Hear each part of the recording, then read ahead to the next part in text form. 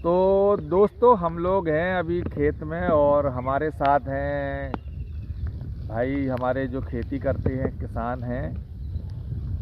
और ये अपना नाम खुद बताएंगे और खेती कौन उन्होंने अभी धान की खेती किया है कि नहीं किया ये भी बताएंगे। थोड़ा इधर की तरफ देख के बताओ भाई। सर मैं ये खेती करता हूँ, मैं किसान हूँ। हाँ अजैन पटेल जी हूँ हाँ और मैं खेती करता हूँ। हाँ मैं आपसे ये पूछना चाहता हूँ हाँ कि जो मेरी ये फसल हाँ 15 दिन की हो गई, हाँ क्या इसमें मैं राखड़ और राखड़ और डीएपी का हाँ। छिड़काव कर सकता हूँ क्या?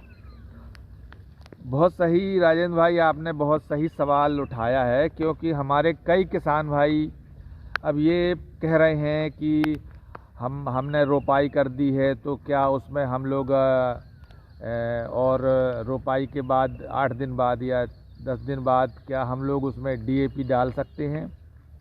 या कई लोगों ने जिन लोगों ने सूखी बोनी कर दी है, सीधी बोनी कर दी है, डीएसआर विधि से बोनी कर दी है, उनकी फसल 15 दिन की हो चुकी है या 20 दिन की हो चुकी है, तब वो हम ऐसा पूछते हैं कि इसमें डीएपी का छींटा दे देना चाहिए या एसएसपी का छींटा दे देना चाहिए या एनपीके का छींटा देना चाहिए। तो ये जो बात है ये बात कहाँ तक सही है और क्या इसमें सही बात क्या है, तो आज इसी बात पर हम आप लोगों से चर्चा करने जा रहे हैं। तो किसान भाइयों, हम आपको ये बता दें कि पहले तो देखिए, जो हम सब लोग खेती करते हैं तो हमको खेती का विज्ञान समझना पड़ेगा। खेती का विज्ञान क्या है? खेती का विज्ञान ये है कि जैसे जो धान की फसल है हमारे पास, तो धान की फसल में हमको जो मुख्य पोषक तत्व की ज़रूरत पड़ती है वो है फास्फोरस, अच्छा और वो है नाइट्रोजन, जी और वो है पोटास, जी, और वो है मुख्य तौर पे जिंक। अच्छा और बाकी और भी अन्य पोषक तत्वों की ज़रूरत पड़ती है जो कि बहुत सूक्ष्म मात्रा में ज़मीन में वो ऑलरेडी पाए जाती हैं। तो हमको इनको समझना पड़ेगा कि फास्फोरस का काम क्या है, नाइट्रोजन का काम क्या है, पोटास का काम क्या है और जिंक का काम क्या है।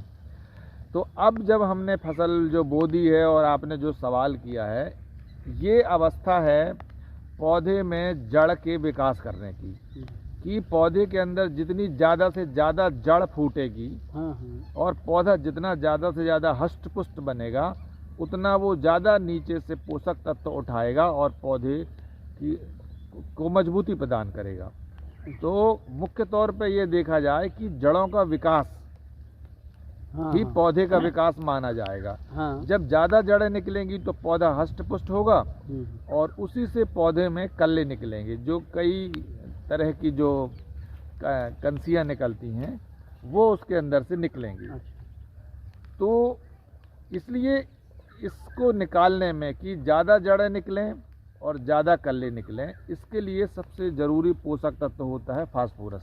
अच्छा, और फास्फोरस एक ऐसी चीज़ है जिसको हमको बोनी के पहले डालना चाहिए, क्योंकि वो फास्फोरस चलायमान नहीं है। जैसे कि हमने नाइट्रोजन डाल दिया, माने यूरिया डाल दिया, तो यूरिया घुल के और वो जड़ों के पास पहुंच जाती है। तो हम जब आप जब कह रहे हैं कि हमको जो राखड़ है या जिसको एसएसपी बोलते हैं, सिंगल सुपर फास्फेट, अच्छा, या डीएपी, ये जो इसके अंदर जो तत्व पाया जाता है वो फास्फोरस पाया जाता है। और फास्फोरस जो है वो चलायमान नहीं है, जो जहाँ जाता है वहीं पे वो रुक जाता है। बोनी के पहले आप ज़मीन के अंदर फास्फोरस डाल दीजिए, मतलब जो डीएपी है उसको बोनी के पहले डाल दीजिए, फिर इसके बाद एक बार और हल चला के पाटा चला दीजिए, तो ज़मीन के अंदर वो उसमें पसीजेगी और वो ज़मीन में मिल जाएगी। अच्छा, तो जब हम उसमें बीज बोते हैं तो उससे जो पौधा है वो उसकी जड़ों में वो पहुंच जाती है। लेकिन जब हम छींटा डालते हैं, ऊपर से डालते हैं, जब पौधा बड़ा हो चुका होता है, तो वो जो आप दाना डालते हो वो जहाँ का तहाँ पड़ा रहता है और वो वहाँ जो ज़मीन के अंदर पहले से जो पोषक तत्व हैं उनसे क्रिया करके वो लॉक हो जाता है, तो वो एक तरीके से जो उसकी सक्रियता है वो बंद हो जाती है। अच्छा। तो इसलिए आप जो एसएसपी या आप जो डीएपी डालते हैं उसका कोई मतलब नहीं रह जाता है। आप मान लीजिए कि आपने अगर 10 किलो डीएपी डाला है तो उसकी बहुत सूक्ष्म मात्रा ही 1 किलो के बराबर ही उसका फायदा पहुंचेगा, बाकी 10 किलो आपका बर्बाद गया, या 10 किलो में 9 किलो आपका बर्बाद चला जाता है। तो किसान भाइयों, इसलिए आपको जो भी फास्फोरस डालना है, डीएपी फास्फोरस के लिए डीएपी डाल सकते हो, सिंगल सुपर फास्फेट डाल सकते हो, या एनपीके डाल सकते हो।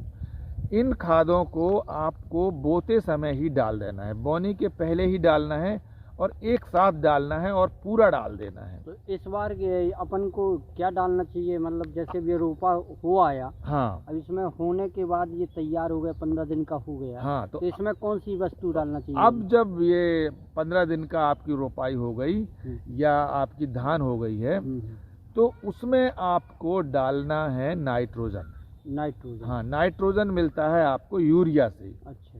तो जब आप यूरिया डालते हैं तो पौधे में हरापन आता है और उसके पत्ते चौड़े होते हैं। अच्छा। तो इससे क्या होता है कि जो पौधा भोजन बनाता है, जड़ों से जो पोषक तत्व तो खींचने की क्षमता उसकी बढ़ जाती है, और जब ऊपर से सूर्य की प्रकाश की किरणें पड़ती हैं तो वो प्रकाश संश्लेषण की क्रिया करता है, और जिससे पौधा हष्ट-पुष्ट और मजबूत होता है।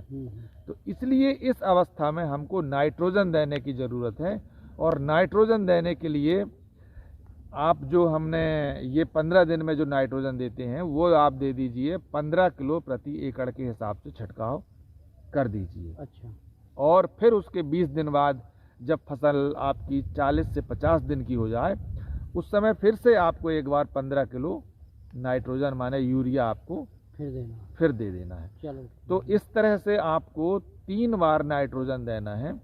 पहला तो जो आप डीएपी के साथ बोनी के समय 15 किलो डाल दीजिए, दूसरा 20 दिन बाद फिर 15 किलो दे दीजिए, और तीसरा जो है जब फसल आपकी 40 दिन 45 दिन की हो जाए उस समय फिर से एक बार 15 किलो का छींटा डाल दीजिए, तो आपकी फसल अच्छी होगी। हाँ, और अब हम आपको अगले खंड में आपसे ये बात करेंगे कि पोटास कब देना चाहिए और पोटास का क्या काम है, और जिंक कब देना चाहिए और जिंक का क्या काम है। और तो थोड़ा मेरे को पोटास के बारे में समझाइए, क्या काम है इसका। तो वही हम आपसे कह रहे हैं कि ये वीडियो चूँकि लंबा हो जाएगा, इसलिए आज हम आपको यहीं तक बात करेंगे। और यदि आप हमारे चैनल को पहली बार देख रहे हैं तो आप इसे सब्सक्राइब कर दीजिएगा, लाइक कर दीजिएगा, और हम आपको अगले वीडियो में पोटास और जिंक के बारे में बात करेंगे। तो किसान भाइयों, तब तक के लिए राम राम, फिर मिलते हैं।